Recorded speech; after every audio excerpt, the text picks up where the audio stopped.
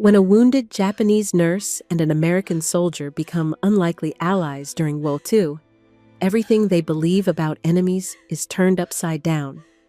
Inside a makeshift POW camp on the Kansas plains, he finds her beaten, bleeding, hidden away from the others, punished by her own people for treating American prisoners. The bitter prairie wind carries whispers of danger as he risks everything to smuggle her medicine, food, and hope. But when typhoid fever sweeps through the camp, their secret connection becomes the only thing standing between life and death for dozens of soldiers. As their forbidden bond deepens under starlight and shadows, the military police arrive with accusations that threaten to tear them apart forever. What happens when mercy crosses enemy lines? How can love bloom where barbed wire once stood? And when the war finally ends, will their hearts find a way back to each other across an ocean of pain and broken promises?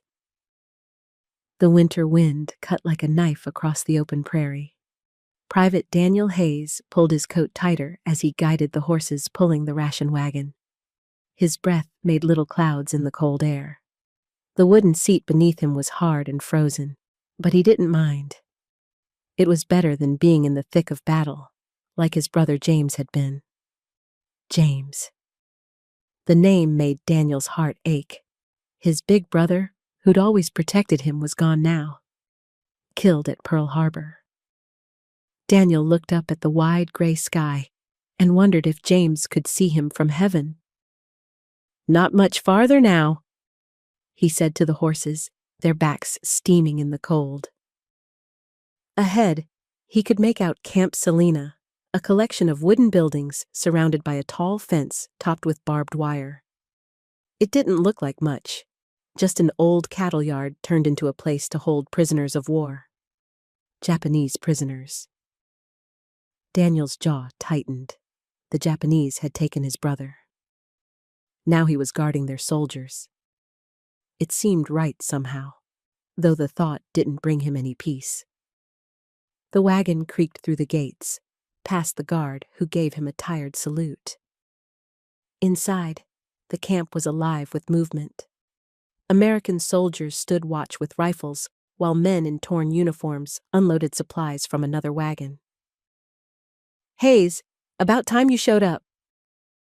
Sergeant Cole marched toward him, his face red from the cold, or maybe just from being angry. Cole was always angry about something. "Sorry, Sergeant," Daniel said. "Road was icy." Cole spat on the ground. "Well, don't just sit there. Get these rations unloaded, and make sure those Japs don't steal nothing." Daniel climbed down, his boots crunching in the thin layer of snow.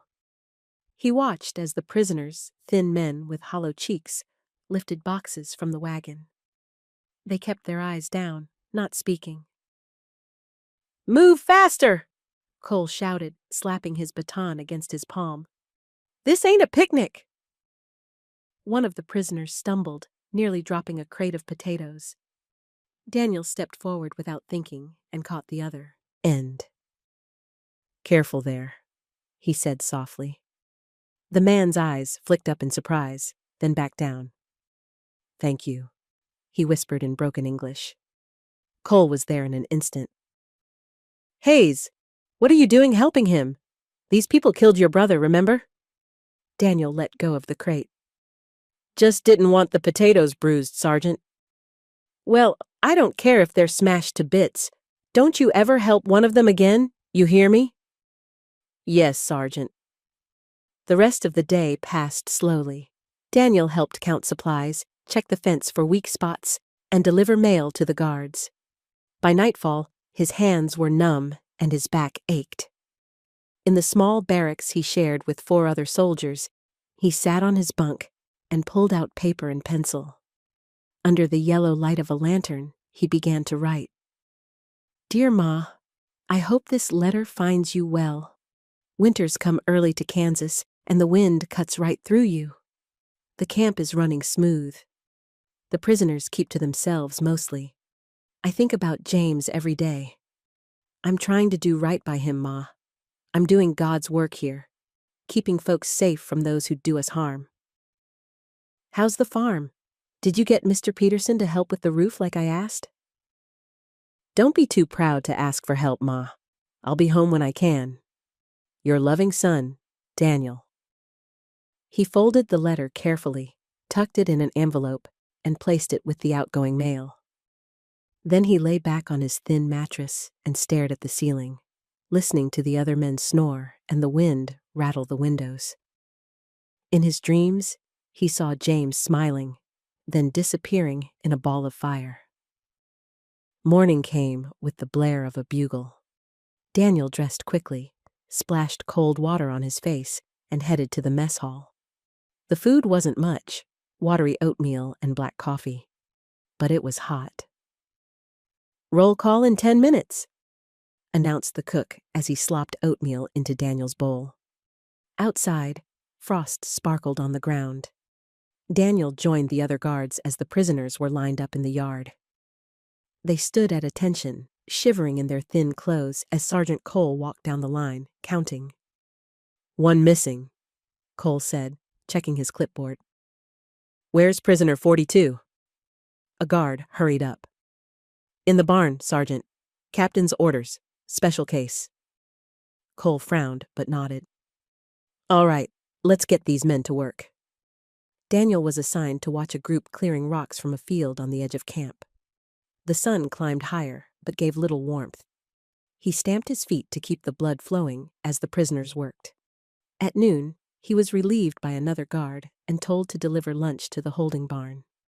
He carried a tray of bread and thin soup across the yard, wondering what kind of special case would be kept separate. The barn door creaked as he pushed it open. Inside, it was dim and smelled of old hay and horses. A guard nodded to him, then stepped outside for a smoke. "Lunch?" Daniel called softly. 3 figures sat in separate stalls. 2 were men, bandaged and lying on cots. The third, to Daniel's surprise, was a woman. She sat on a wooden bench, wearing a torn uniform that hung on her small frame. Her face was thin, with dark shadows under her eyes. "You eat," Daniel said, placing the tray on a barrel. The woman didn't move. She stared at the floor, her hands folded in her lap. "Hey," Daniel said, a little louder. "Food." She looked up then. Her eyes were dark and full of something Daniel couldn't name. Not fear exactly, but a deep weariness. "Thank you," she said in a quiet voice. She stood slowly, wincing as she did. Daniel frowned. "You hurt?" She shook her head quickly. "No, fine." But as she took a step, he saw her flinch again. "What's your name?" he asked. She hesitated. Aiko Tanaka." "I'm Daniel, Private Hayes." She bowed slightly, a gesture that seemed automatic. "Private Hayes." Daniel watched as she took the tray with shaking hands. She gave portions to the 2 men first, then took a small piece of bread for herself. "You should eat more," Daniel said. "Others need," she replied. The guard returned, stomping snow from his boots. "They giving you trouble, Hayes?" "No, sir. Just delivering lunch." "Well, get on with it then. Cole wants you at the south fence." Daniel nodded and headed for the door. But as he left, he glanced back. Aiko was sitting again, her back straight despite her obvious pain. Their eyes met for a moment, and Daniel felt something stir in his chest, a feeling he couldn't put a name to. That evening, Sergeant Cole led an interrogation session with the new prisoners. Daniel was assigned to stand guard at the door of the small office building where it took place. He could hear Cole's harsh voice through the thin walls. "Where were you stationed? How many troops were with you? What was your mission?" Then a softer voice, Aiko's. "Medical Corps. I am nurse." "A nurse? Don't lie to me." "Not lie. Medical Corps." Daniel heard a bang, like a fist hitting a table. Then Cole ordered, "Sit down." There was silence, then Aiko's voice, barely audible. "It hurts when I sit." Laughter from several men filled the room. Daniel shifted uncomfortably. It hurts, does it? Cole's voice dripped with mockery. I'll show you what hurts. There was a sharp crack, Cole's baton hitting something. A bench, Daniel hoped, not Iko. The questioning continued for another hour. When it was over, the prisoners were led back to their quarters. Daniel caught a glimpse of Iko as she passed, her face pale, but her eyes dry. No tears. That night, he couldn't sleep. The wind howled outside, rattling the windows of the barracks, but it wasn't the noise keeping him awake. It was the memory of Aiko's voice. It hurts when I sit. When he closed his eyes, he saw another image, a splash of red on the wooden bench when she finally stood up. Blood. Before dawn, Daniel slipped out of bed. The other men were still sleeping as he dressed and made his way to the mess hall. The cook was just starting the morning bread. You're up early, the man said, not looking up from his dough. Couldn't sleep, Daniel replied. Mind if I take some coffee? Help yourself. Bread won't be ready for an hour, though. Daniel poured coffee into a tin mug and wrapped a piece of yesterday's bread in a cloth. On his way out, he grabbed a small package of gauze and a bottle of alcohol from the medical cabinet. He tucked everything into his coat and headed toward the barn. The guard on duty was half asleep, leaning against the wall with his hat pulled down. He barely glanced at Daniel. Checking on the prisoners, Daniel said. The guard nodded and went back to dozing. Inside, the barn was quiet, except for the soft breathing of sleeping men. Daniel made his way to Aiko's stall. She was awake, sitting on the edge of her cot, staring at the wall. Miss Tanaka, he whispered. She turned, startled. Fear flashed across her face. I'm not here to hurt you, Daniel said quickly, holding up his hands. I brought food and medicine. Aiko watched him warily as he approached. He held out the bread. Eat. After a moment, she took it, her fingers brushing his. They were ice cold. Thank you, she murmured. You're hurt, Daniel said. I want to help. She shook her head. No, dangerous for you. Let me see, he insisted gently. Please. Aiko looked at him for a long moment, as if trying to read his intentions. Finally, she turned slightly and lifted the back of her shirt. Daniel sucked in a breath. Her back was crossed with red welts, some fresh, some older. Lash marks. Who did this to you? He asked, his voice tight with anger. Japanese officers, she replied. I treat American prisoner. They say traitor. Daniel was shocked. Your own people did this? She nodded. War make everyone cruel. He opened the bottle of alcohol. This will sting. As gently as he could, Daniel cleaned the wounds and wrapped them with gauze. Aiko didn't make a sound, though he knew it must have hurt terribly. Why you help? She asked as he finished. Daniel wasn't sure how to answer. It's the right thing to do, he said finally. Your people hate Japanese. My brother died at Pearl Harbor, Daniel admitted, but hurting you won't bring him back. A noise outside made them both freeze. Footsteps crunched in the snow, coming closer. Hide, Aiko whispered urgently. Daniel dove under the cot, covering himself with straw just as the door opened. Through the stalks, he could see Boots walking slowly down the center aisle. They paused near Aiko's stall. Just checking, came a voice. Thought I heard talking. Wind, Aiko said softly. The Boots turned and walked away. The door creaked closed. Daniel waited a full minute before crawling out. His heart was pounding. I have to go, he said. I'll come back when I can. Aiko nodded. Dangerous, she said again. Daniel paused at the door.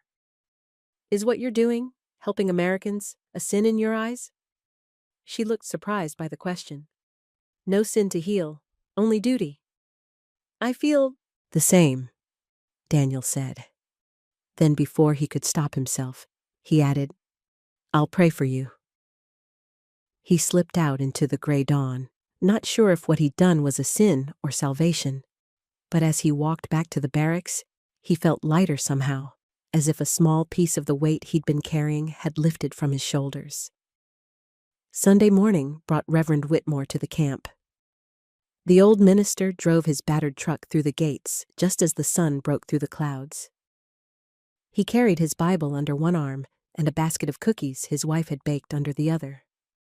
The chapel was a simple building, just 4 walls, a roof, and a small wooden cross. But when the Reverend stood at the front, his voice filled the space with warmth. Today, he announced, we'll talk about mercy. Daniel sat in the back row, his hat in his hands. He hadn't slept well, thoughts of Eco and her wounds keeping him awake. Mercy, said the Reverend, is stronger than bullets. Hate cannot drive out hate. Only love can do that. The words settled in Daniel's heart like seeds. When the service ended, he lingered while the other men filed out. Something troubling you, son? Reverend Whitmore asked, placing a gentle hand on Daniel's shoulder.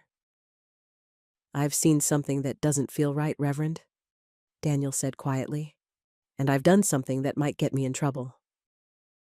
Tell me. Daniel explained about Iko, her wounds, her story of helping American prisoners, how he'd sneaked medicine to her. The Reverend listened without interruption.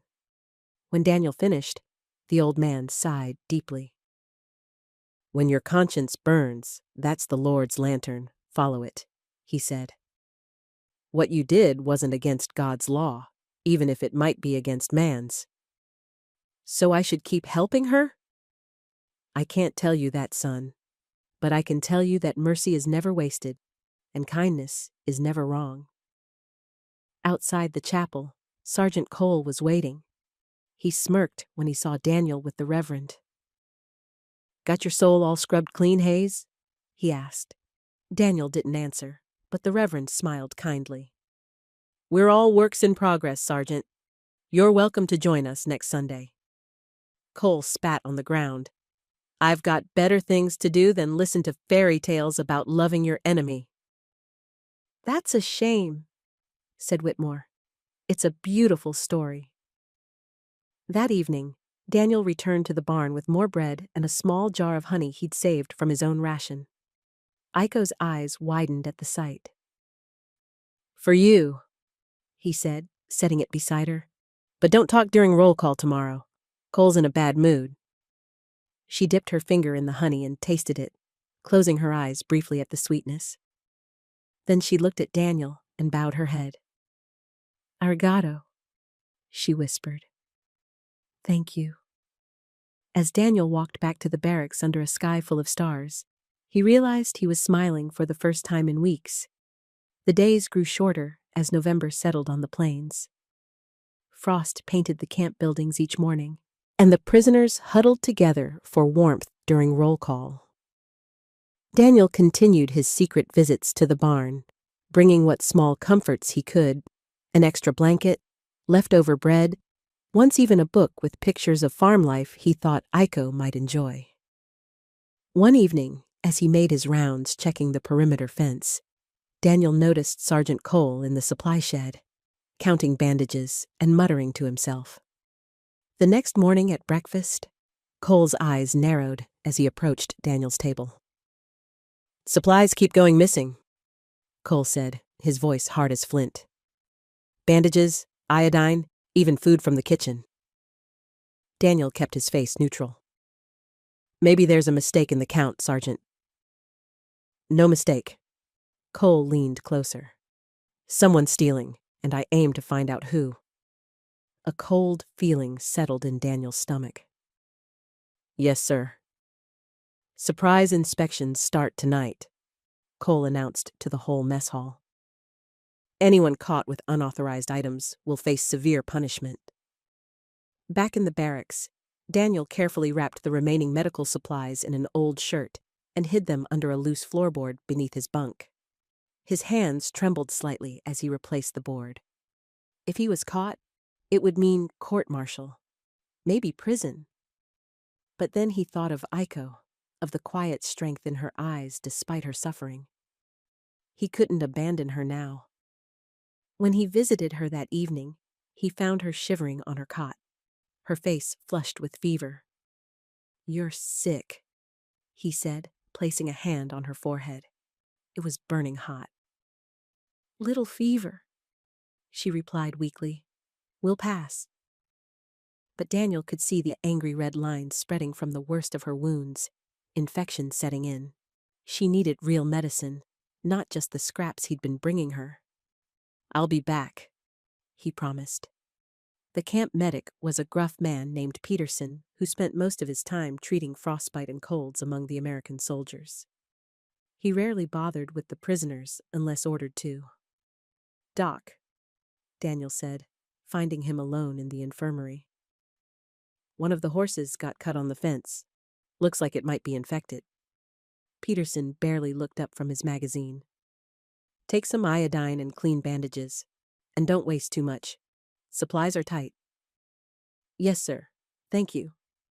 That night, rain beat on the tin roof of the barn as Daniel cleaned Aiko's wounds with iodine. She bit her lip to keep from crying out when the medicine stung, but tears leaked from the corners of her eyes. "I'm sorry," Daniel whispered. "I know it hurts." "Pain means healing," she said softly. As he worked, she began to hum a quiet melody, something haunting and foreign to his ears, yet somehow familiar too. "What song is that?" he asked. "Japanese hymn," she explained. "My grandmother teach me about grace." Daniel listened more carefully. The tune did share some notes with Amazing Grace, he realized. The thought made him smile. Even here, with an ocean and a war between them, they had this small connection.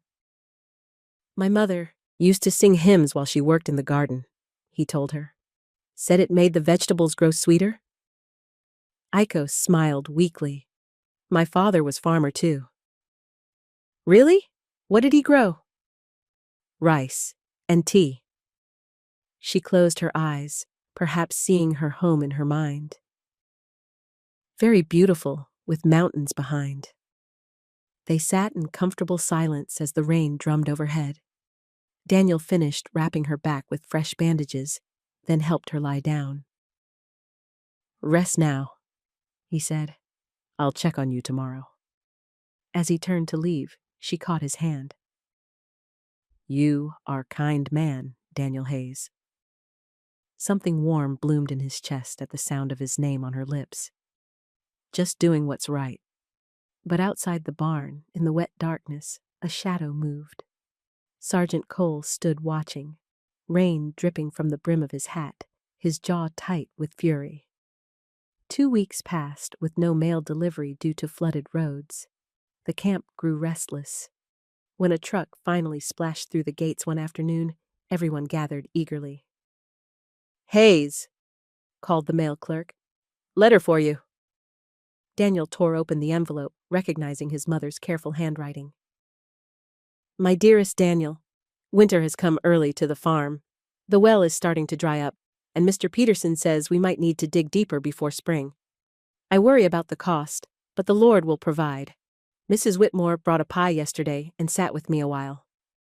Her husband writes that he's seeing you at the camp. I'm glad you're attending services, son. Your father always said faith is what carries us through hard times. The house is quiet without you and James.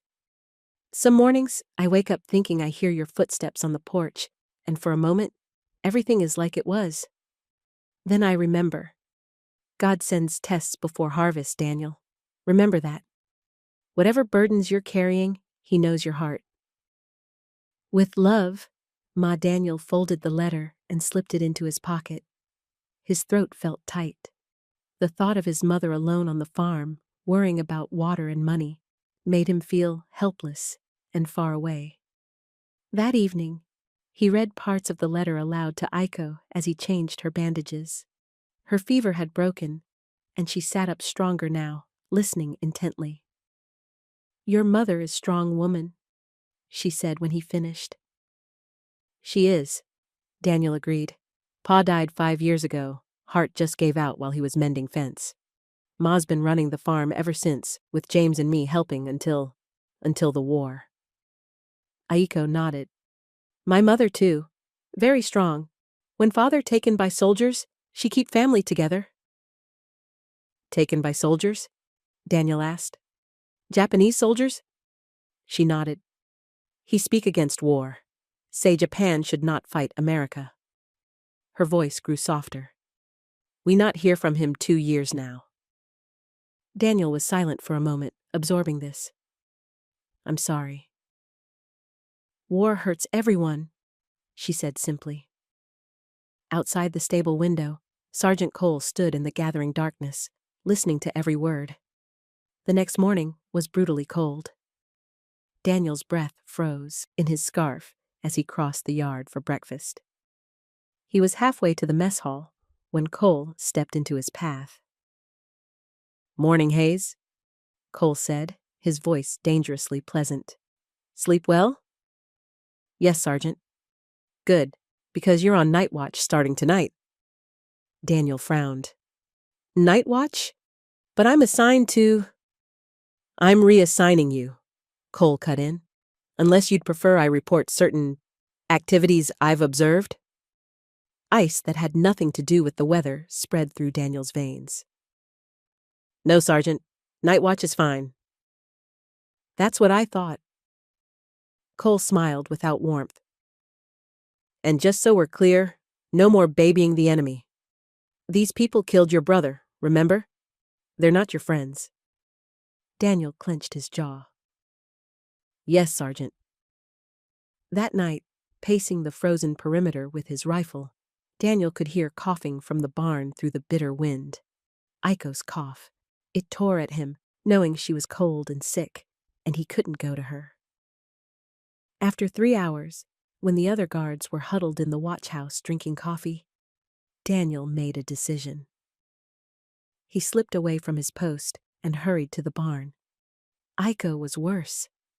Her breathing came in ragged gasps, and when he touched her face, her skin burned like fire. I'm taking you someplace warmer, he whispered. Without waiting for her answer, he wrapped her in the blanket and lifted her into his arms. She weighed almost nothing, just bones and fevered skin. The chapel was empty, as he'd hoped. Using his shoulder, Daniel pushed open the door and carried Aiko inside. It wasn't much warmer than the barn, but at least the wind couldn't reach them here. He laid her gently on a pew near the small stove in the corner. His hands shook as he lit a fire, praying the smoke wouldn't be noticed in the dark night. Daniel? A voice from the doorway made him jump. Reverend Whitmore stood there, a lantern in his hand, his eyes wide with surprise. What are you doing, son? Reverend, please, Daniel said desperately. She's sick. They've been keeping her in the cold barn. She needs help. Whitmore came closer, holding up his lantern to see Aiko's face. Her eyes fluttered open, glazed with fever. She was a nurse, Daniel explained quickly. She got beaten by her own army for treating American prisoners. Now she's got infection. Please, don't report this. The old preacher was quiet for a long moment. Then he set down his lantern and took off his coat. If helping her is wrong, then my Bible's upside down, he said, draping his coat over Aiko. Wait here. He returned a few minutes later with a black bag. My wife was a nurse before we married, he explained, pulling out a stethoscope and several bottles. Taught me a few things. Together, they worked through the night. Whitmore mixed a powder with water and helped Aiko drink it. Daniel cleaned her wounds again, while the Reverend stitched the worst one closed. Fever's fighting the infection, Whitmore said. That's good, but she needs rest and warmth. As dawn approached, Aiko's breathing eased. She opened her eyes, clearer now, and looked at them both. Thank you, she whispered. Whitmore patted her hand. Rest now, child. We'll figure something out. He pulled Daniel aside. She can't go back to that barn. I'll tell the commander I need someone to clean the chapel, a work detail. If he asks, I'll say I specifically requested a woman because men don't clean properly. A small smile crossed his face. Not even a lie, in my experience. Daniel nodded gratefully. Thank you, Reverend. Don't thank me yet, son. We're taking a risk here. Just then, the chapel door burst open. A young private stood there, breathing hard. Reverend, Private Hayes, the commander needs everyone at the main yard right away. What's happened? Whitmore asked. Typhoid, the private said, his face pale. 3 prisoners and 2 guards sick already. Doc says it could spread through the whole camp. By afternoon, panic had taken hold of Camp Selena. The camp doctor, a man more used to treating sprains and frostbite, threw some supplies in his car and fled to the nearest town. Coward, muttered Cole as the doctor's car disappeared down the muddy road. 6 more prisoners fell ill by evening. The commander ordered those who were sick to be moved to the infirmary, separated from the others. Guards were told to wear masks and wash their hands often. Daniel volunteered to help distribute rations to the sick. Inside the infirmary, the air was thick with the smell of sweat and sickness. Men lay on cots, shivering despite the heat of their fevers. In one corner, he found Iko kneeling beside a prisoner, wiping his forehead with a damp cloth. You shouldn't be here, he whispered. You're still weak. She looked up at him with determination in her dark eyes. I am nurse. This is my duty. But you could get sick too. She shook her head. I have seen this illness before, in camp where I work in Philippines. I know what to do. What can I do to help? Daniel asked. Iko thought for a moment. Need special herbs. Help bring down fever. What kind of herbs? Where would I find them? Old woman maybe know. Native people have medicine for many sickness. Daniel immediately thought of Mrs. Elkins, a widow who lived about 12 miles from camp. She was known for her herb garden and folk remedies. I know someone, he said, but I'd need to leave camp. Iko nodded. Many will die without medicine. Daniel found Reverend Whitmore and explained the situation.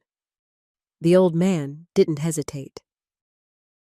Take my wagon, he said, handing Daniel the reins. Mrs. Elkins knows me. Give her this note, and she'll help. The journey would have to wait until morning. Traveling at night with a storm brewing would be too dangerous. Daniel spent the evening helping where he could, carrying water and holding cups to parched lips. At dawn, he set out on Whitmore's wagon. The sky was heavy with snow clouds, and the air had that stillness that comes before a blizzard. The prairie stretched before him, vast and empty. Only the rutted road cutting through the tall grass showed that people had passed this way before. As the camp disappeared behind him, Daniel thought about what he was doing, risking everything for a Japanese prisoner, for enemy soldiers sick with typhoid. What would James think? His brother who died at Pearl Harbor? Daniel could almost hear James's voice. You always did have more heart than sense, little brother. Maybe that was true. But as the wagon wheels turned beneath him, Daniel felt more at peace than he had since the war began. The road to Mrs. Elkins' homestead was lonely. Only the clop of the horse's hooves and the creak of the wagon broke the silence. As the sun climbed higher, thin snowflakes began to fall. By midday, the snow was coming down harder. Daniel wrapped his scarf tighter and urged the horse forward. Come on, boy. We've got people counting on us. It was nearly sunset when he finally spotted Mrs. Elkins' cabin, a small, sturdy building with smoke rising from the chimney. A lantern glowed in the window, a beacon in the gathering dark. Mrs. Elkins herself answered his knock. A tiny woman with a face like dried apple skin and bright, knowing eyes. "Daniel Hayes," she said, surprising him. "I remember you from when you were knee-high. What brings you out in this weather?" "Mrs. Elkins, I've got sick folks at the camp. Reverend Whitmore sent me." He handed her the note. She read it slowly, her expression changing. "You want me to help them Japanese prisoners?" "Yes, ma'am. They're human beings, and they're suffering." She looked at him for a long moment. "Your ma raised you right," she finally said. "Come in while I gather what you need." Inside, her cabin was warm and smelled of herbs hanging from the rafters. She moved quickly despite her age, taking down bundles of dried plants and grinding some with a mortar and pestle. "Dried mint for the fever," she explained. "Willow bark for the pain. This vinegar tincture will help clean the sick room. And this—" She held up a small pouch of something that smelled sharp and medicinal. "Is my special blend.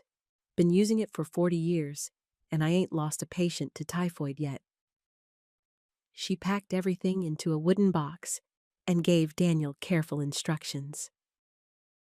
"The snow's getting worse," she added. "You'd best stay till morning." But Daniel shook his head. "Thank you, ma'am, but I need to get back. People are counting on me." Back on the road, the snow fell in thick curtains.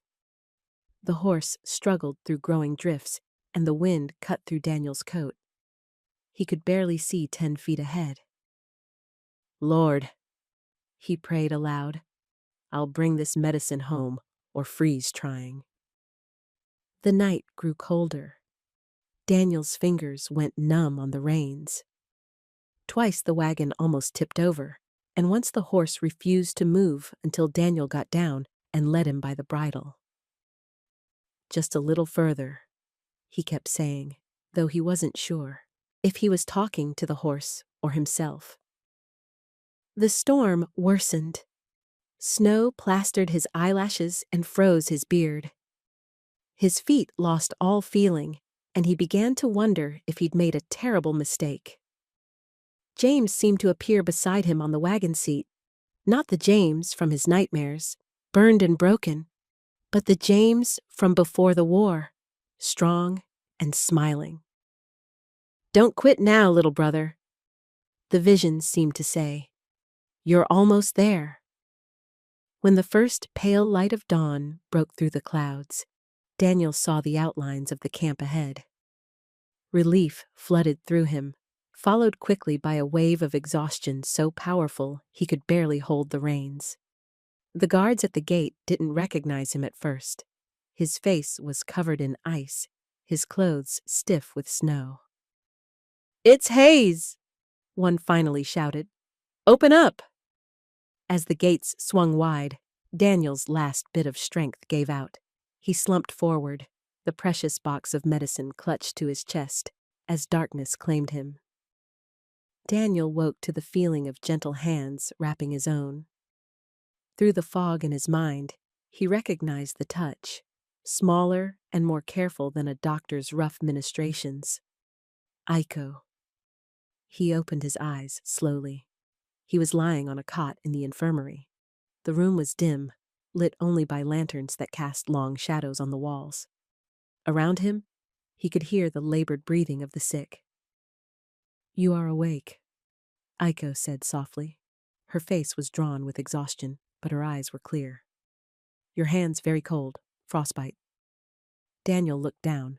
His fingers were wrapped in linen, stiff and painful, but still there. "The medicine?" he asked, his voice cracking. "Safe." She smiled slightly. "Already helping many." He tried to sit up, but found he barely had the strength. "How long was I—" "2 days," she said, gently pressing him back down. "You need rest." 2 days. Daniel could hardly believe it. "How many sick now?" Aiko's face grew serious. 23. 4 die yesterday." The news hit him like a physical blow. 4 dead, despite their efforts. Reading his expression, Aiko took his bandaged hand in hers. Would be more without medicine. You save many lives, Daniel. A coughing fit from a nearby cot drew her attention.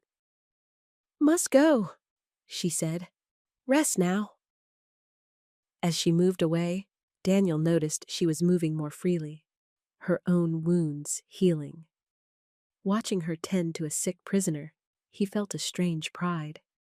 She was remarkable, healing others while still recovering herself. The next few days passed in a blur of fever and sleep. When Daniel was finally strong enough to stand, he joined the effort to care for the ill. Together with Aiko, Reverend Whitmore, and a few volunteers, they worked around the clock, brewing the herbal mixtures, changing bedding, and spooning broth into parched mouths. Sergeant Cole was among those who fell ill. When they brought him in, delirious with fever, he thrashed and cursed. "Keep that Jap away from me," he shouted when he saw Aiko approaching with medicine. Daniel stepped between them. "She's trying to help you, Sergeant." "Don't want help from the enemy," Cole muttered, but his protest was weakened by another bout of shivering. Daniel looked at Aiko. "I'll handle him." But as Cole's condition worsened, his resistance faded. By the 3rd day, he was too weak to object when Aiko placed cool cloths on his forehead or helped him drink the bitter herbal tea. One night, when Cole's fever peaked and his breathing grew ragged, it was Aiko who sat by his side for hours, bathing his face and chest with vinegar water until the fever broke. Daniel watched from across the room, amazed at her capacity for forgiveness. "Why?" he asked her later. "After how he treated you?" Aiko's answer was simple. "All life precious, even enemy life." Her words stayed with Daniel, echoing in his mind as he went about his duties. All life precious. It seemed so obvious, yet somehow the war had made everyone forget. A week after Daniel's return, the worst of the typhoid outbreak was over. The herbal medicines, combined with strict hygiene measures Aiko had insisted on, had stopped the spread of the disease. Of the 32 who had fallen ill, 26 survived. A miracle, according to Reverend Whitmore. The morning the last patient was declared fever-free, sunlight flooded the camp. The snow had melted, leaving the ground muddy but alive with the promise of eventual spring. Daniel stood outside the infirmary, his face turned up to the warm rays, breathing deeply for what felt like the first time in weeks. "Beautiful day," Aiko said, joining him. She looked different, still thin, but with color in her cheeks and a steadiness in her stance that hadn't been there before. "Yes, it is," Daniel agreed. He hesitated, then added, "I've been thinking about what you said, about all life being precious." She waited, her eyes on his face. "My brother, James," he continued, "he wouldn't have wanted me to hate. That wasn't who he was." The realization felt both painful and freeing. He was the kind of person who'd help anyone in trouble, enemy or not. "He sound like you," Aiko said softly. Daniel smiled, a real smile that reached his eyes. "Maybe so." As the days passed, things changed at Camp Salina. Aiko was allowed to move freely within the gates, no longer confined to the barn or even the chapel. The commander, grateful for her role in stopping the typhoid outbreak, assigned her to teach other prisoners proper cleaning and hygiene methods. Daniel returned to his regular duties, but the sharp edge of his grief had dulled. He found himself noticing small beauties, a bird's nest in the mess hall eaves, wild crocuses pushing through the mud, the sound of distant coyotes at dusk. One evening, as he finished his watch, he saw Aiko sitting alone outside the women's barracks. She was whittling something with a small knife someone had given her. "What are you making?" he asked, sitting beside her. She showed him a small wooden bird, its wings spread as if in flight. In Japan, birds mean freedom, she explained. And hope. Daniel watched her skilled hands work the wood. It's beautiful. For you, she said, holding it out. Gift from Iowa. He took it carefully, turning it over in his palm. Thank you, she smiled. In Japanese, we say kibo for hope. Kibo, Daniel repeated, the foreign word strange on his tongue. They sat in comfortable silence as the sun set, painting the sky in shades of orange and pink. For a moment, it was possible to forget they were in a prison camp, that they were supposed to be enemies. Aiko, Daniel said suddenly, when this war is over, what will you do? She looked surprised by the question. Go home, I think, if home's still there. To your farm? She nodded. My mother, sister wait for me. She turned to him. You? Back to Iowa, help Ma with the farm. He twisted the wooden bird in his fingers. Plant corn, fix fences, normal things. Normal good, she said with a small smile. Yes, he agreed. Normal is very good. The next day, something unexpected happened. A journalist from a regional newspaper arrived at the camp, sent to write a story about the typhoid outbreak and how it had been contained. The young reporter, eager and curious, asked questions of everyone, the commander, the guards, even the prisoners who spoke English. When he heard about the Japanese nurse who had helped save lives, he was particularly interested.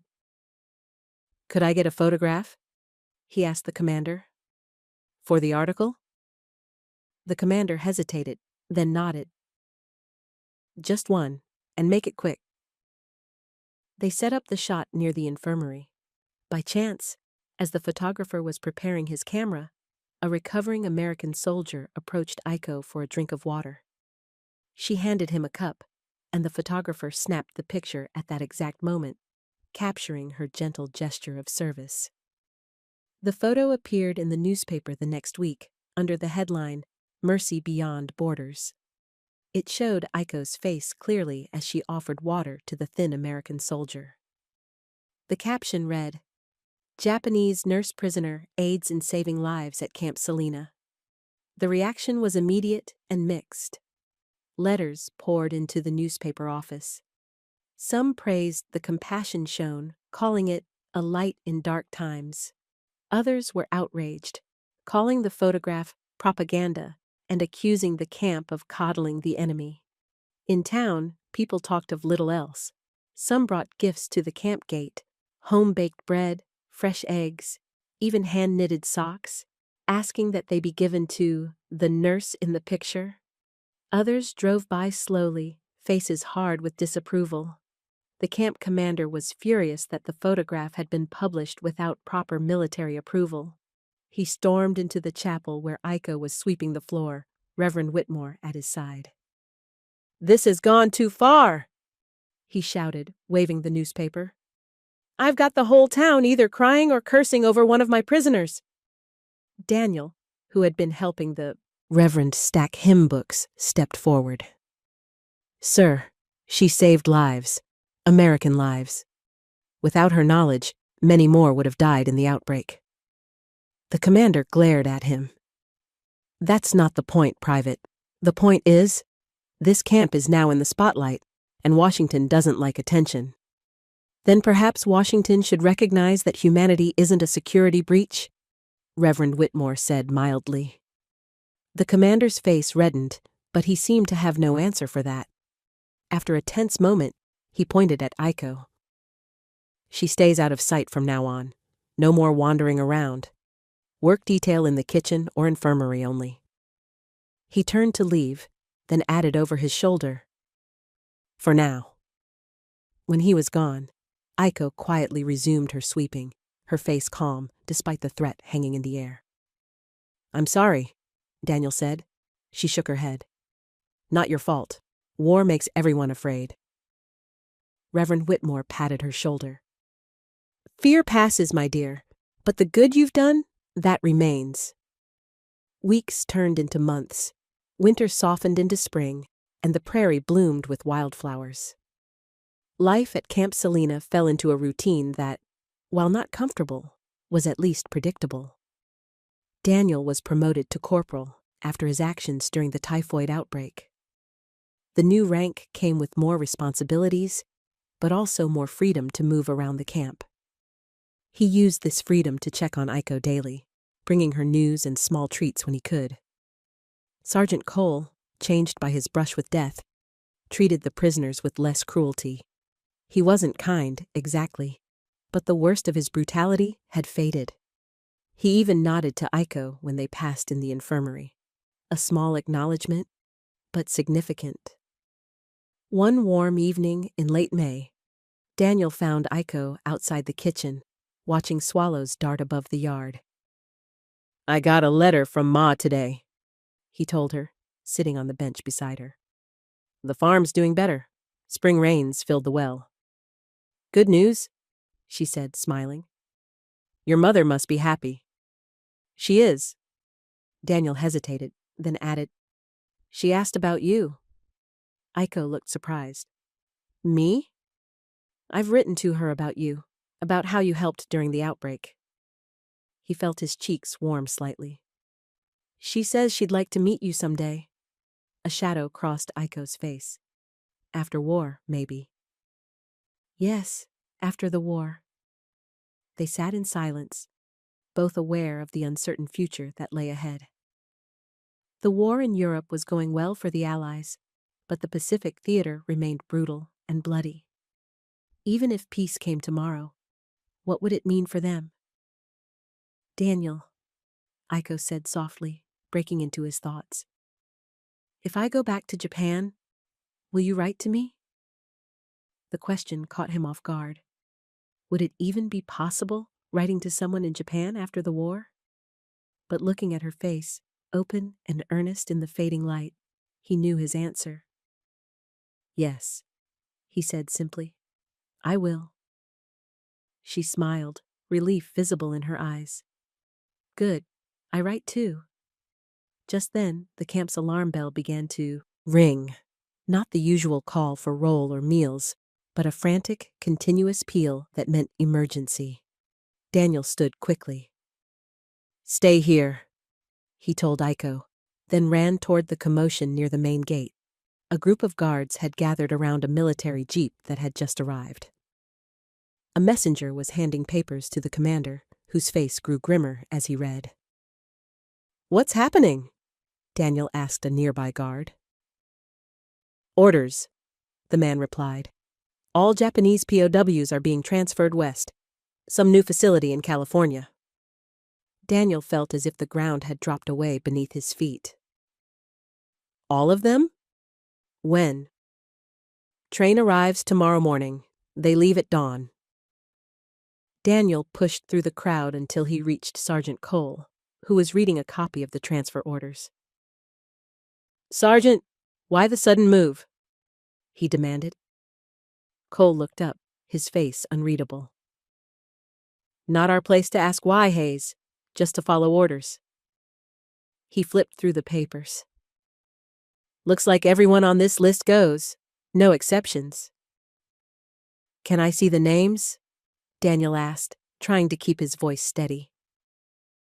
Cole handed him the list. Daniel scanned it quickly, his heart sinking when he spotted Tanaka, Aiko, among the dozens of Japanese names. "There must be something we can do," Daniel said desperately. "Some of these people are still recovering from typhoid. They're not fit for travel." "Take it up with Washington," Cole said with a shrug. "Train arrives at 0500. That's all I know." That night, Daniel couldn't sleep. He paced the barracks, his mind racing. The thought of Aiko being sent away, perhaps never to be seen again, was unbearable. Yet what could he do? He was just a corporal, powerless against military orders. Before dawn, he slipped out to find her. The camp was already buzzing with activity, guards preparing for the transfer, prisoners gathering their few possessions. Aiko was in the women's barracks, helping an elderly prisoner pack her belongings into a small cloth bundle. When she saw Daniel, she stepped outside to speak with him. "You heard?"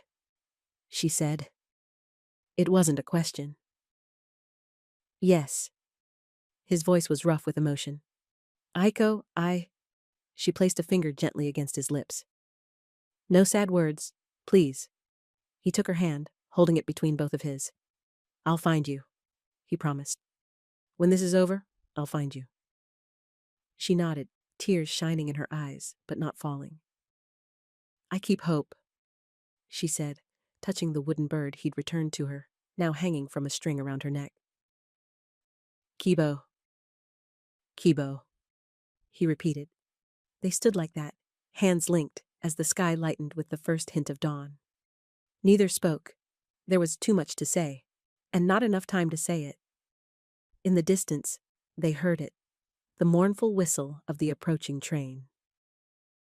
"I must go," Aiko said, pulling away reluctantly. "Others need help." Daniel watched her walk back into the barracks, her back straight and her steps steady. Pride and pain mingled in his chest until he could hardly breathe. As the sun rose over the prairie, the prisoners were lined up near the gate. Military police had arrived to oversee the transfer, their faces stern and unfamiliar. Daniel stood at attention nearby, watching as each prisoner's name was checked off a list. When Aiko's turn came, she stepped forward calmly, her few possessions tied in a small cloth. Their eyes met across the yard. In that moment, something passed between them, something beyond words, beyond the war, beyond the barriers that should have kept them apart. Then she was moving with the others toward the waiting train. Daniel took a step forward, unable to stop himself. A hand gripped his arm. "Don't," said Cole quietly. "You'll only make it harder." Daniel froze, surprised by both the restraint and the unexpected kindness in Cole's voice. "She'll be all right," Cole added. "The California camp is decent, better than this place." As the prisoners began to board the train, Daniel noticed Cole watching them with an odd expression. "Something wrong, Sergeant?" he asked. Cole seemed to hesitate, then said in a low voice, "Got something to tell you, Hayes, but not here, after they're gone." The loading continued, each prisoner climbing the metal steps into the train cars under the watchful eyes of the MPs. Aiko was one of the last to board. At the top step, she turned and looked back, not at the camp, but directly at Daniel. She touched the wooden bird at her neck, then disappeared inside. The train whistle blew. Slowly, with a great hiss of steam and the grind of metal wheels, it began to move. Daniel stood at attention, watching until the last car vanished down the tracks, and even the sound of the engine had faded into silence. Only then did he turn to Sergeant Cole. "What did you want to tell me?" Cole's face was grim. "Come with me. Not here." They walked to the empty mess hall. Cole closed the door and checked to make sure they were alone. "I filed a report," he said finally, "about you and the prisoner, Tanaka." Daniel felt his blood run cold. "What kind of report?" "Improper relations," Cole said, not meeting his eyes. "Said you were compromised, fraternizing with the enemy." Anger surged through Daniel. "That's a lie." "I know." Cole's admission was so unexpected that Daniel fell silent. "I was angry, jealous even. You helped her when I would have let her rot. Then she saved my life during the typhoid." He shook his head. "Makes a man think." "Why are you telling me this now?" Daniel demanded. "Because they're sending someone to investigate. Military police. They'll be here tomorrow." Cole finally looked up. "I wanted you to know it was me, and I'm sorry." Before Daniel could respond, the door opened. Reverend Whitmore stood there, his face grave. "Daniel," he said, I've been looking for you. Reverend, Cole here just told me. I know, Whitmore interrupted. I've already started gathering statements. Mrs. Elkins has written an affidavit about the medicine you brought back. Several guards have agreed to testify about your conduct during the typhoid outbreak. Daniel looked between the two men, confusion giving way to understanding. You're trying to help me. Whitmore nodded. What you did was right, son. Maybe not by military standards, but by God's. I won't stand by while you're punished for it. Cole cleared his throat. I'll speak to the investigators, too. Tell them I exaggerated in my report. Daniel could hardly believe what he was hearing. Why would you do that? A storm was brewing outside, thunder rolling across the plains. Cole looked toward the window, his profile harsh in the gray light. Truth has a longer memory than shame, he said, echoing Whitmore's words from months ago. And I've carried enough shame in this war. Daniel sat alone in the supply shed that served as his temporary cell, listening to the rain hammer on the tin roof. The military police had arrived that morning. Two stern-faced men who barely spoke except to ask questions. After a brief interview, they had ordered him confined until their investigation was complete. Through the small window, he could see the muddy yard where Iko had stood just yesterday. Was it only yesterday? It felt like a lifetime ago. In his hands, he held a small piece of wood, carefully carving it with a pocket knife they'd overlooked when searching him. Another bird, like the one he'd given Iko. With each stroke of the blade, he imagined her on that westbound train, clutching her own wooden bird, heading toward an uncertain future. The door creaked open. Reverend Whitmore entered, shaking rain from his hat. How are you holding up, son? He asked, settling on an upturned crate across from Daniel. Well enough, Daniel replied, tucking the half-finished carving into his pocket. Any news? The Reverend nodded. The investigators have been busy. They've spoken to almost everyone in camp, even some of the prisoners who haven't left yet. And they're listening. That's more than I expected. Whitmore leaned forward. Cole told them everything. How he lied in his report because he was angry. How you and Nurse Tanaka saved lives during the typhoid outbreak. Hope flickered in Daniel's chest, but he kept it in check. They could still court-martial me. They could, Whitmore agreed, but they won't. How can you be so sure? The old preacher smiled. Because the truth is on your side, and because there's something bigger happening here than just one soldier and one prisoner. Before Daniel could ask what he meant, the door opened again. One of the military policemen stood there, rain dripping from his uniform. Corporal Hayes, he said formally. The commander wants to see you. Daniel's stomach tightened with anxiety as he followed the MP across the muddy yard to the commander's office. Inside, the commander sat behind his desk, the two investigators flanking him like sentinels. Hayes, the commander said, gesturing to a chair. Sit down. Daniel remained at attention. I prefer to stand, sir. The commander shrugged. Suit yourself. He shuffled through some papers on his desk. I've been reviewing the statements about your actions regarding prisoner Tanaka. Daniel braced himself for the worst. According to multiple witnesses, the commander continued, you risked your life during a blizzard to bring medicine that saved numerous lives, both American and Japanese. You also provided medical care to a prisoner who had been mistreated before arriving at this facility. He looked up, his expression unreadable. Is this accurate? Yes, sir, Daniel said. And at any point, did you place the security of this camp or the safety of American personnel at risk? No, sir. The commander nodded slowly. That's the conclusion these gentlemen have reached as well. He gestured to the MPs. They've determined that while your actions were unconventional, they did not constitute a breach of duty or fraternization as originally reported. Relief washed over Daniel like a wave. Thank you, sir. Don't thank me yet, the commander warned. Washington doesn't like complications. The official recommendation is that you be reassigned to a non-POW post, and there's a note in your file advising you to maintain appropriate distance from enemy personnel in the future. Daniel nodded, understanding the message behind the words. He wasn't being punished, but he was being watched.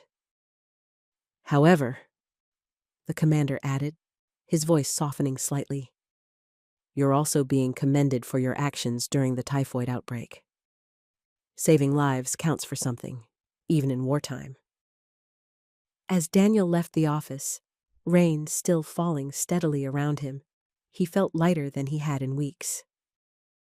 Not happy, he couldn't be truly happy with Aiko gone, but relieved that his actions had been understood, if not fully approved. Reverend Whitmore was waiting under the mess hall awning. When Daniel told him the news, the old man smiled. What did I tell you? Truth has a way of coming to light. But Aiko's still gone, Daniel said, the joy of his reprieve dimmed by her absence. Yes, Whitmore agreed solemnly. But the war won't last forever, son. Nothing does. 2 weeks later, a Red Cross representative visited Camp Salina, bringing letters and packages for some of the remaining prisoners. After completing her official duties, she asked to speak with the corporal who helped during the typhoid outbreak. Daniel met her in the commander's office, curious about her request.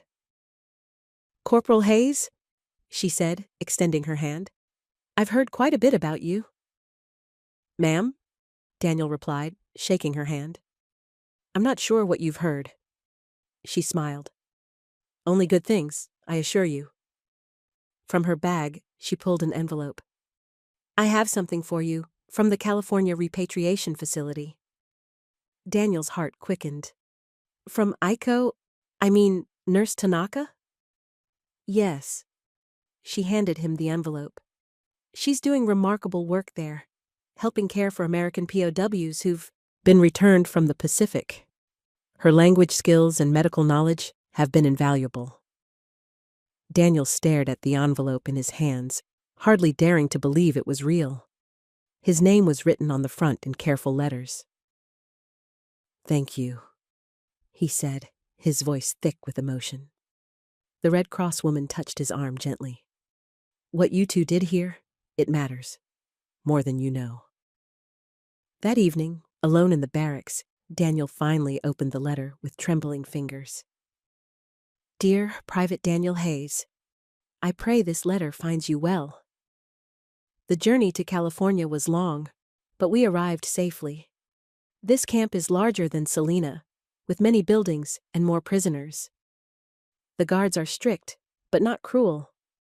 I work in the medical ward now, caring for American soldiers who return from Japanese camps.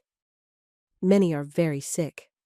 Some look at me with hate at first, but when I help them, they begin to see me as a person, not just enemy. I wanted to thank you for teaching me that enemies can heal each other. Before I met you, I believed the war had taken all kindness from the world. You showed me I was wrong. I keep your wooden bird close to my heart. It reminds me that even in darkest times, hope remains. Kibo. With deepest gratitude, Aiko Tanaka P.S. I have enclosed something for Reverend Whitmore. Please give it to him with my thanks. Daniel checked the envelope and found a small piece of paper with a Bible verse written in Aiko's neat handwriting. Blessed are the merciful, for they shall obtain mercy. He read her letter again, tracing her words with his fingertip. Though it was formal and careful, surely reviewed by censors before being sent, he could feel her spirit in every line. That night, He dreamed not of Pearl Harbor and James's death, but of prairie wildflowers and a small farm with mountains in the distance. August 1945 brought news that changed everything. The camp gathered around the single radio in the mess hall, listening in stunned silence as the announcer described a new kind of bomb dropped on a Japanese city called Hiroshima. "My God," whispered Reverend Whitmore, his face pale. "What have we done?" 3 days later, a second bomb fell on Nagasaki, and on August 15th, Emperor Hirohito announced Japan's surrender. The war was over. In the celebration that followed, guards whooping and shooting their rifles into the air, prisoners sitting in silent shock, Daniel stood apart, his emotions too complex for simple joy or relief. He found Whitmore standing quietly under the chapel cross. "What happens now?" Daniel asked. "To the prisoners, I mean." "They'll go home, I expect," Whitmore replied, "though it may take time to arrange transportation." "And Aiko? Will she be sent back to Japan too?" The Reverend looked at him with understanding in his eyes. "Most likely. It's her home, after all." Daniel nodded, trying to hide his disappointment. Of course, she would want to return to her family, to see if they had survived the war. How could he expect anything else? "What will you do, son?" Whitmore asked gently. "Go back to Iowa, I guess. Help Ma with the farm." Daniel kicked at the dirt. "Try to make sense of it all." Whitmore placed a hand on his shoulder. "Some things don't make sense, Daniel. War least of all. But what you and Aiko found in the middle of it, that makes perfect sense to me." "What do you mean?" "Love," the Reverend said simply. "Not the kind they write about in storybooks. The real kind. The kind that sees past differences and borders. The kind that heals." Daniel felt his face grow warm. "I never said—" "You didn't have to." Whitmore smiled. "These old eyes still see pretty clear." As summer faded into fall, Camp Salina began to empty. With the war over, many guards were discharged and sent home. The remaining prisoners were processed for repatriation, their paperwork moving slowly through military bureaucracy. Daniel stayed, volunteering for the skeleton crew that would oversee the camp's closure. Each day, he helped dismantle the structures that had been his world for nearly 2 years: the guard towers, the mess hall, eventually even the barbed wire fence. He insisted on keeping careful records of every prisoner, making sure each name was properly logged for return transport. Somewhere in California, Aiko's name would be on a similar list. The thought both comforted and pained him.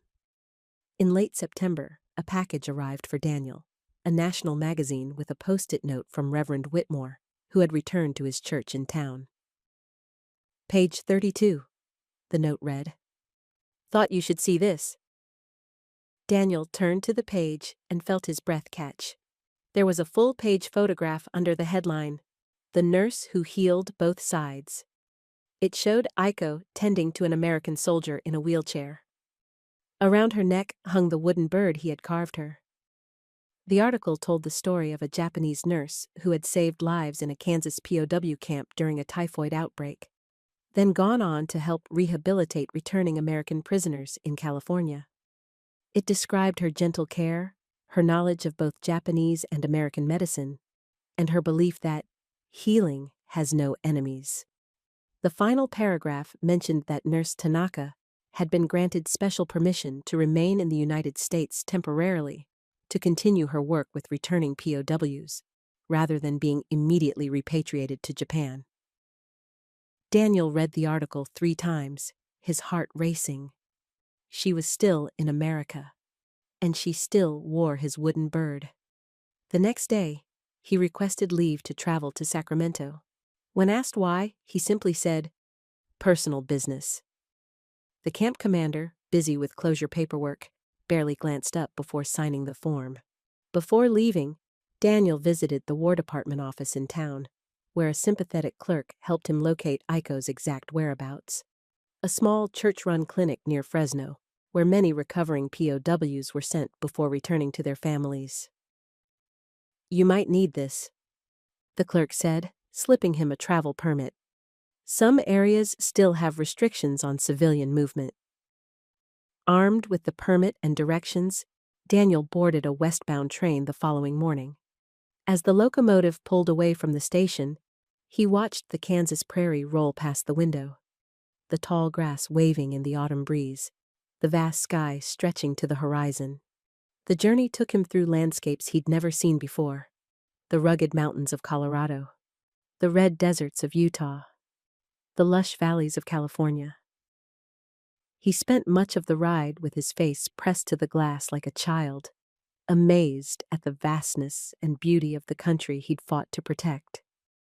At night, unable to sleep in the crowded passenger car, he read and reread the worn Bible that Reverend Whitmore had given him as a parting gift.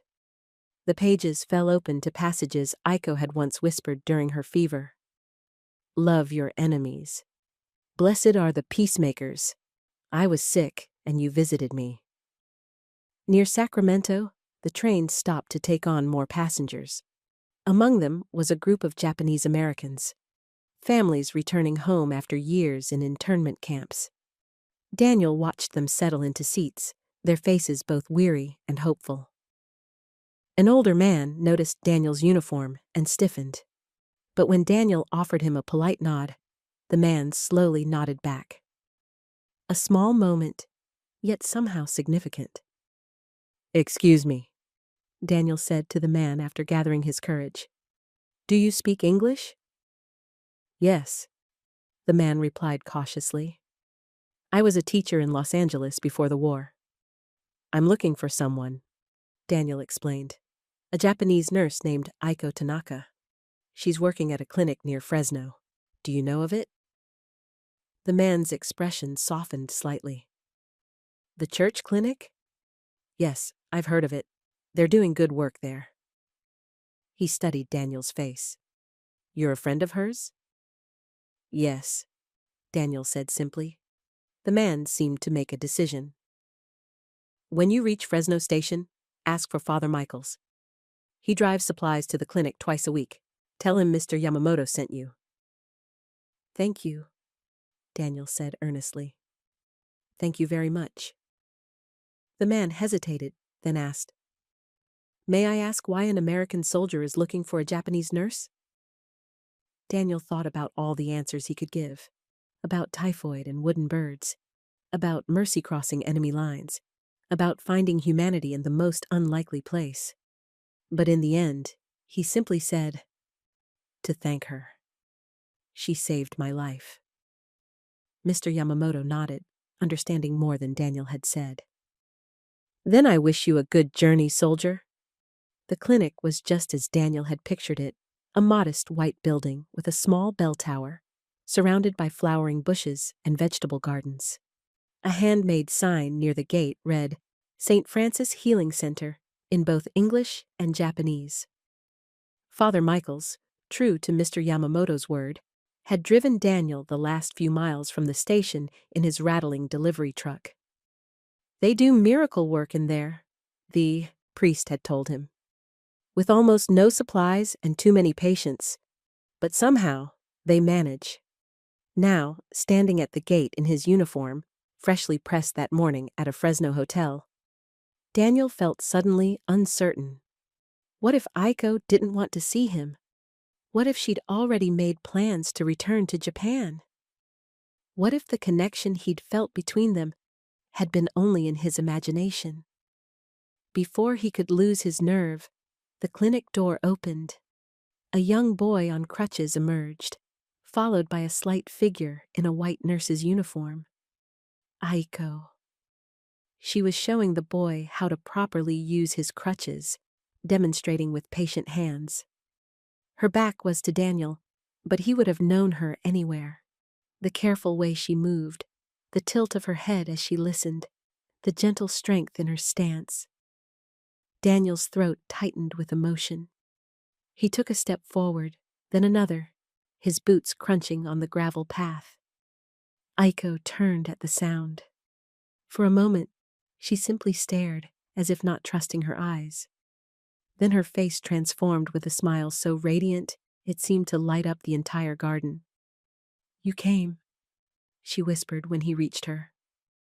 "I said I would find you," Daniel replied, his voice rough with feeling.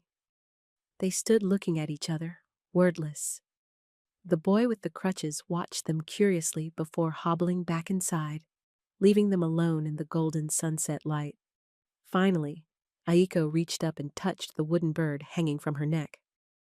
"I kept it," she said, "to remind me." "I know. I saw the magazine article." Daniel smiled. "You're famous now." She shook her head, embarrassed. "Not famous. Just doing my work." That evening, they shared a simple supper with the clinic staff, a mix of American volunteers and Japanese helpers. Around the long table, stories flowed freely. Tales of survival, of kindness in dark places, of finding common ground between former enemies. Aiko told them about the typhoid outbreak at Camp Selena and how Daniel had ridden through a blizzard to bring medicine.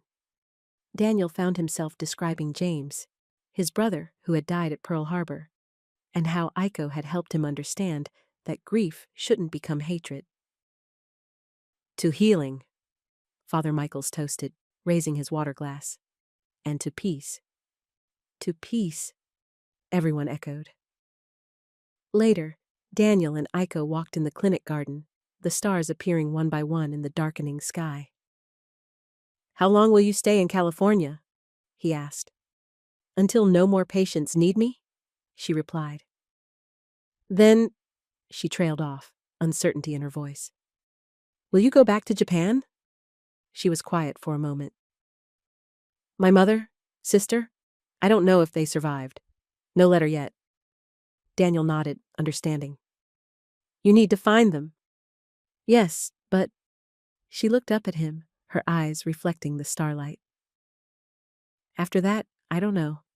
Japan will be very different now." They stopped beneath an old oak tree, its branches spreading wide above them. "Aiko," Daniel said softly, "when you know about your family, when you've done what you need to do, would you consider coming to Iowa?" Her eyes widened. "Iowa?" "My mother's alone on the farm. There's a small hospital in town that needs good nurses, and—" He took a deep breath. "And I'd be there." "People would not accept Japanese woman," she said, though her voice held a question. "Some wouldn't," Daniel admitted. "At first, but they accepted you at Camp Selena eventually. Reverend Whitmore and his congregation would welcome you. And Ma already thinks you're a hero from my letters." Aiko looked down, considering his words. "It would not be easy." "No," he agreed, "but few things worth doing are easy." She smiled then, the same smile that had first shown him her true spirit in that cold barn so many months ago. "I will think about it," she said, "after I find my family." It was enough. More than enough. The following weeks passed quickly. Daniel stayed in Fresno, helping repair the clinic's fence and wagon, making himself useful while spending every spare moment with Aiko. They walked together in the evenings, sharing stories of their childhoods, their dreams, their fears for the future. One night, Aiko received a telegram that made her cry with joy. Her mother and sister were alive. Their farm had been damaged in the bombing, but they had survived by sheltering in the root cellar. They were living with relatives in a village that had escaped the worst of the destruction. "I must go to them," she told Daniel, her eyes shining with tears and relief. "As soon as I can arrange passage." He nodded, pushing down his sadness at the thought of her leaving. "Of course you must." The next evening, as they sat watching the sunset from the clinic porch, Daniel reached into his pocket and pulled out the wooden carving he'd been working on since his days in the supply shed. Another bird, more intricately carved than the first. I made this for you, he said, tying it to her wrist with a piece of twine. I can't give you a ring yet, but this one flies free. Aiko looked at the carving, then at him, understanding dawning in her eyes. Daniel. I'm not asking for an answer now, he said quickly. You need to go to Japan, to see your family. But when you're ready, if you decide, there's a place for you in Iowa. She touched the wooden bird on her wrist, then the one around her neck. 2 birds, she said softly. 1 for each world. Both can be your world, Daniel told her, if you want. Her answer was to lean forward and kiss his cheek, a gesture so simple, yet so profound, that it left him speechless. I will come back, she promised. After I see my family, after they know I am safe. And Daniel believed her. Spring 1946 brought new life to the prairie. Daniel, now discharged from the army, worked from sunrise to sunset on his mother's farm, repairing fences that had sagged during his absence, planting corn in the rich black soil, mending the roof that leaked during April rains. His mother watched him with knowing eyes. You're waiting for something, she said one evening as they sat on the porch. Or someone. Daniel nodded, not surprised that she had guessed. A letter, at least. From your Japanese nurse? When he looked startled, she smiled. You wrote about her in every letter, son. I may be old, but I can read between lines. 3 days later, the letter came, postmarked from Japan, written on thin paper, in Aiko's careful hand. Dear Daniel, I am with my family now. Our house was damaged, but we are rebuilding. My mother and sister were overjoyed to see me. They had feared I was dead. When I told them about you in Camp Salina, they wept again, this time with gratitude. Japan is changed. There is much hunger and destruction, but also hope for a new beginning. American soldiers are everywhere, helping rebuild what the war destroyed. Some Japanese are angry, others relieved that the fighting is over. I think both feelings are right. I have been helping at a children's hospital in Kyoto. Many young ones were orphaned by the bombs. When I show them my wooden birds, they smile and ask for stories about America. Daniel, I have thought much about your question, about Iowa, about us. My family needs me now. My mother is not well, and my sister has nightmares from the bombing raids. But they are growing stronger each day. When the cherry trees bloom next spring, I will have done what I can for them. And then, if your offer still stands, I would like to see your prairie, to meet your mother, to help heal your community as you helped heal me. Until then, I keep both birds close to my heart. With deepest affection, Aiko Daniel read the letter to his mother that evening.